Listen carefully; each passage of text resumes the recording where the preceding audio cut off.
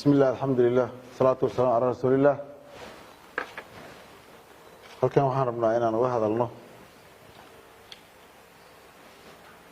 dhibaatooyin ka dhashay roobabkii lixaadka lahaa ee ka da'ay guud ahaan Soomaaliya gaar ahaan Galmudug.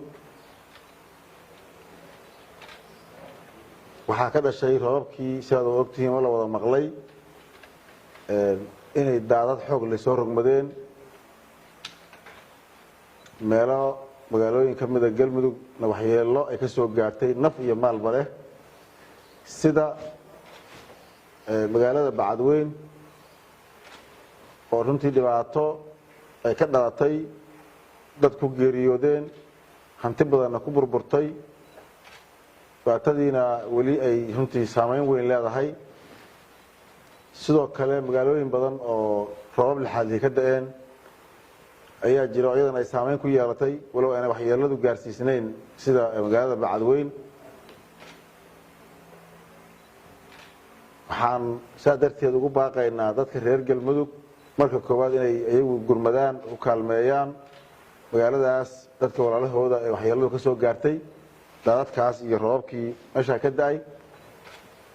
sidoo kale waxaan ugu baaqaynaa dowladda federaalka Soomaaliya iyo hay'adaha gargaarka inay gacan ka geystaan dhibaatadaas soo gaartay magaaladaas oo runtii aad iyo aad lixaad leh. waxaan u qabanay guddi degdeg ah ku meel gaar ah guddigaas oo halka laga shaqay doono oo dhaqso u howlgeli doono hawshaas. guddigana waxaan leenahay hawsha Allah idinku garab galo magaaladii gaara deegaanada kale saameynta roobka ku yeesheenna wacyigelin u sameeya iyo intii aad tegi kartaanba in diyaargarow fiican la sameeyo. runtii khasaaro intaa kaliya kuma eka magaaladan hadda caasimadda Dhuusamareeb Galmudug waxaa sidoo kale ka da'ay roobab aad iyo aad runtii u saameyn yeeshay. dad baa waxaa ku dhacay biriq 4 qof baa ku dhimatay dhaawacna waa ka soo gaaray dad kale oo meeshaas goobta ku sugnaa oo weliba aad dhaawacoodu culus yahay. iyagana kuwii dhintana Ilaahay samir iyo iimaan ka siiyo heladoodii iyo qaraabadii kuwa dhaawac ka soo gaarin Allah caafiyo. sidoo kale waxaan leenahay dhammaan intii ku dhimatay intii ku hanti beeshayba بدل غير قبيل سمر يمان الله سيو. سوق الواحد من دمان reer Galmudug inaan uga digno oo aan adkayno oo baraarujino xanuunkan adduunka faraha baan ku haya coronavirus in aad iyo aad taxadar badan